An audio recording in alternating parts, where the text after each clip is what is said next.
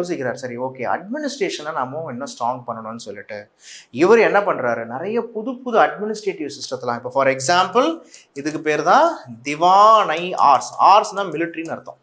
So திவானை ஆர்ஸ் அப்படின்னா okay it was the department of military or army. இது ப்ரீவியஸ் இயர் கொஷின். திவானை ஆர்ஸ்னா டிபார்ட்மெண்ட் ஆஃப் மிலிட்ரி அப்படின்னு பேர்.